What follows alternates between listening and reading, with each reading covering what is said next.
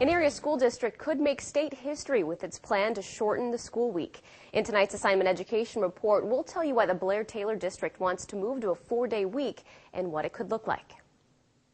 Sometimes, no matter what you are doing, time always seems to fly by. And according to some educators at both the state and local levels, that can be a problem. What is the one thing the teachers lack during any day or during the school year?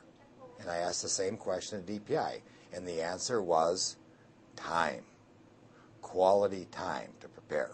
So the Wisconsin Department of Public Instruction has given the Blair-Taylor School District permission to move forward in solving this problem.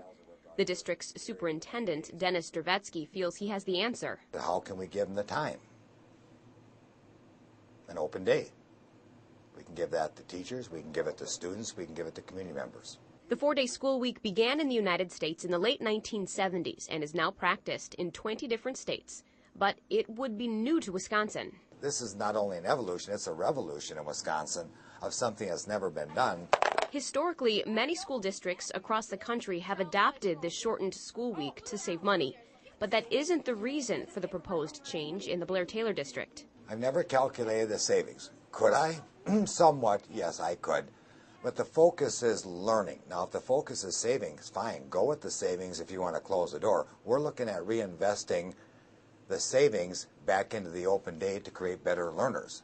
There's the difference in philosophy, and most schools will go for the savings. In Blair-Taylor, the administration wants to provide more opportunities on the open day. We could have credit recovery, reading classes. We could help people with resumes.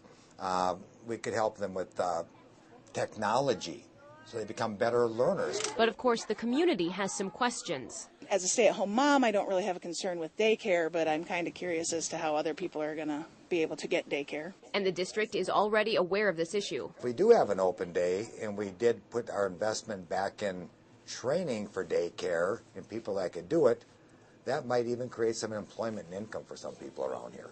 And there would still be quality daycare. So while there are questions and concerns among community members, many are willing to keep an open mind. If the 4-day actually offers the potential of them not getting bored, continuing to receive the education they get here, because they do get a fantastic education here, then I see no reason why it wouldn't work. And the superintendent is just as hopeful. We think we have the attitude, we think we have the aptitude, and we think we have the will to carry this off and be successful.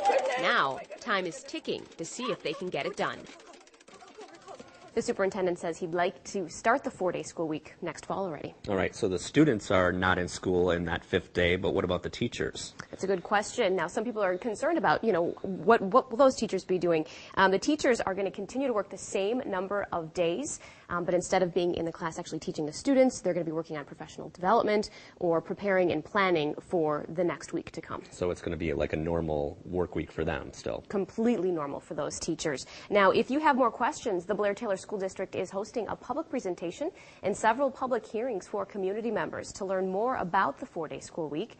The public presentation will be hosted by Dr. Don Kordosky, the superintendent of a school district in Oregon that has gone to the 4-day school week model, and the author of the book, The 4-Day School Week, Less is More. The presentation will be held this Sunday in the Blair-Taylor High School Middle School gym.